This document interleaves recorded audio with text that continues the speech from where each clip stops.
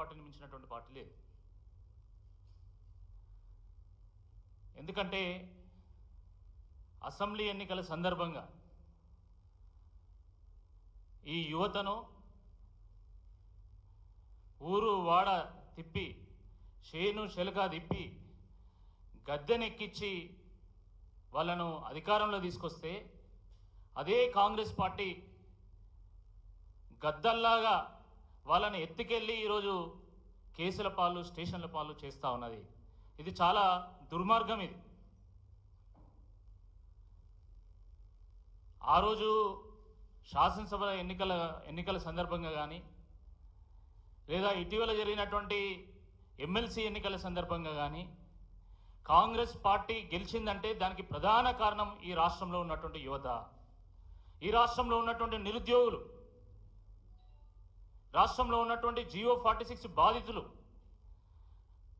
కానీ ఆ నిరుద్యోగ యువతనే ఈరోజు మా కష్టాలు చెప్పుకుందామని చెప్పి వాళ్ళు ప్రజాభవన్కు వెళ్తే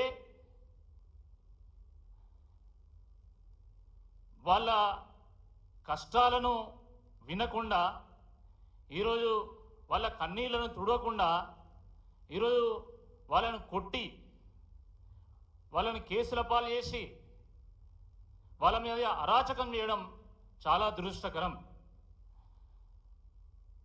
ఆ రోజు కాంగ్రెస్ పార్టీ ఏం చెప్పింది? ఇది ప్రజాభవను, ప్రజల కన్నీళ్లు చూడడం, ప్రజల కష్టాలు వినడము ఈ ప్రజాభవన్ కర్తవ్యం అన్నారు అని అనేక రకాలుగా కాంగ్రెస్ పార్టీ కహానీలు చెప్పింది. కానీ దురదృష్టకరమైనటువంటి విషయం ఏంటంటే ఈరోజు మా కష్టాలు చెప్పుకుందామని వెళ్ళినటువంటి జియో 46 బాధితుల మీద ఈరోజు పిడిగుద్దులు గుద్ది అర్ధరాత్రి 1:30కు వాళ్ళను అరెస్టు చేసి వాళ్ళను ఒక్కో దగ్గర 10 మందిని 20 మందిని వదిలి దాని తర్వాత కొంతమందిని అరెస్ట్ చేసి తీసుకెళ్లడం జరిగింది. మిత్రులారా,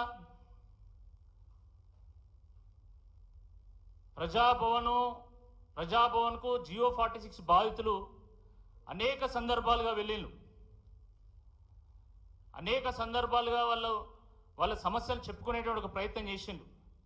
కానీ కనీసము కనికరం లేకుండా ఈరోజు వాళ్ళ మీద పిడుగుద్దులు ఉండడం చాలా దుర్మార్గం. అనేక మంది గాయాల పాలైనలు. పాపం ఏ మీడియా కూడా అర్ధరాత్రి కాబట్టి క్యాప్చర్ చేసుకునేటువంటి అవకాశం లేకుండా పోయింది. కాళ్ళకు, చేతులకు, వెన్నులకు, వీపుకు చాలా గాయాలైనాయి. మమ్మల్ని ఇక్కడ నిరసన తెలుపనీయడం లేదని చెప్పి వాళ్ళు తెల్లవారు మళ్ళీ అమరవీరుల స్తూపం దగ్గర, అమరజ్యోతి దగ్గర వెళ్ళి అక్కడైనా మా గోస అమరులకైనా చెప్పుకుందామని వెళ్ళి అక్కడికి వెళ్ళి దీక్ష చేస్తూ ఉంటే మళ్ళీ నిన్న ఉదయం 10:30కు వాళ్ళని అరెస్ట్ చేసి వాళ్ళని తీసుకుపోయి బండ్లగూడ పోలీస్ స్టేషన్లో పెట్టడం జరిగింది.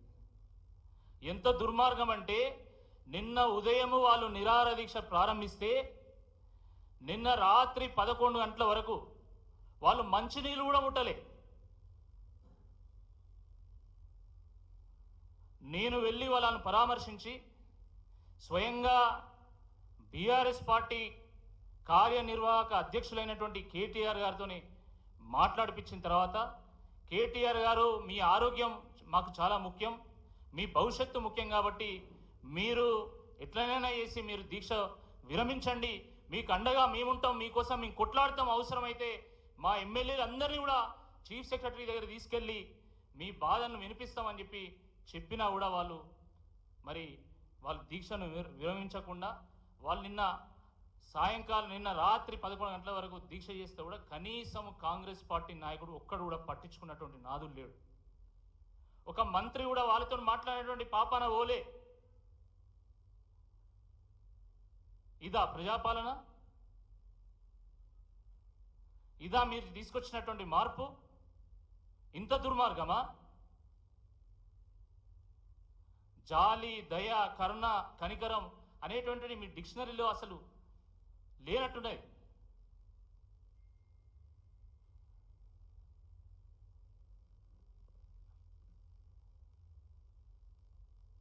జియో 46 కేసు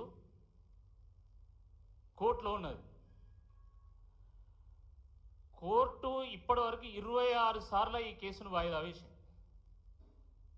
ప్రపంచంలో ఇంత తక్కువ సమయంలో ఎన్నిసార్లు వాయిదా పడ్డటువంటి కేసు నాకు తెలిసి ఎక్కడా లేదనుకుంటాను అనేది. అంటే ఇంత తక్కువ సమయంలో ఎన్నిసార్లు ఈ కేసును కోర్టు వాయిదా వేస్తున్నదంటే న్యాయమూర్తులకు వీళ్ళకు న్యాయం చేయాలన్నటువంటి తపన ఎంత ఉన్నదో అర్థమవుతా ఉన్నది. న్యాయమూర్తులకు ఉన్నటువంటి తపనలో ఇసుమంతైన ఈ ప్రభుత్వానికి ఉంటే ఈ అడ్వకేట్ జనరల్ ఎందుకు అటెండ్ కాకుండా పోతారని చెప్పి ఈ సందర్భంగా మేము ప్రశ్నిస్తా ఉన్నాం. న్యాయమూర్తులకు ఇంత తపన ఉంది కదా, ఈ ప్రభుత్వానికి పేనంత తలలో పేనంత అయినటువంటి ఆలోచన కూడా ఎందుకు లేదని చెప్పి ఈ సందర్భంగా మేము ప్రశ్నిస్తా ఉన్నాము. ప్రభుత్వానికి మనసు లేదు కాబట్టి ఈరోజు అడ్వకేట్ జనరల్ను పంపించడం లేదు. అడ్వకేట్ జనరల్ ఎవరి ఇన్స్ట్రక్షన్స్ ప్రకారం వారు నడుచుకుంటారు, ప్రభుత్వం ఇన్స్ట్రక్షన్స్ ప్రకారమే నడుచుకుంటారు. ప్రభుత్వమే ఈరోజు కేసు పరిష్కారం కాకుండా ఆ నిరుద్యోగుల నోట్లో మట్టి కొట్టేటువంటి ఒక ప్రయత్నం చేస్తున్నదనేటువంటి వాస్తవాన్ని ఈరోజు ప్రజానీకం గ్రహించాల్సిందిగా ఈ సందర్భంగా మేము కోరుతా ఉన్నాము. ఎంత ఘోరం అంటే నిన్న నేను పరామర్శకు వెళ్తే కనీసము ఆ జియో 46 బాధితులను అరెస్ట్ అయినటువంటి వాళ్ళని కలవనీయడం లేదు.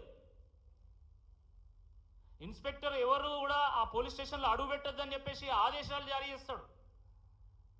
నేను నిరసన తెలిపి నేను స్వయంగా ఏసీపీ గారితో మాట్లాడిన తర్వాత మమ్మల్ని అలో చేసిన తర్వాత ఎక్కడ వాళ్ళ మీద అయినటువంటి గాయాలు బయటపడతాయో, ఎక్కడ ప్రజలకు వాస్తవాలు తెలుస్తాయో అన్నటువంటి ఒక భయంతో ఫోటోలు తీయొద్దు, వీడియోలు తీయొద్దు అని చెప్పేసి మా దగ్గర ఫోన్లు గుంజుకుంటారు. మీడియాను అలో చేయరు. ఇదేనా మీరు చెప్పినటువంటి ప్రజాపాలన అని చెప్పి సందర్భంగా నేను ప్రశ్నిస్తా ఉన్నాను.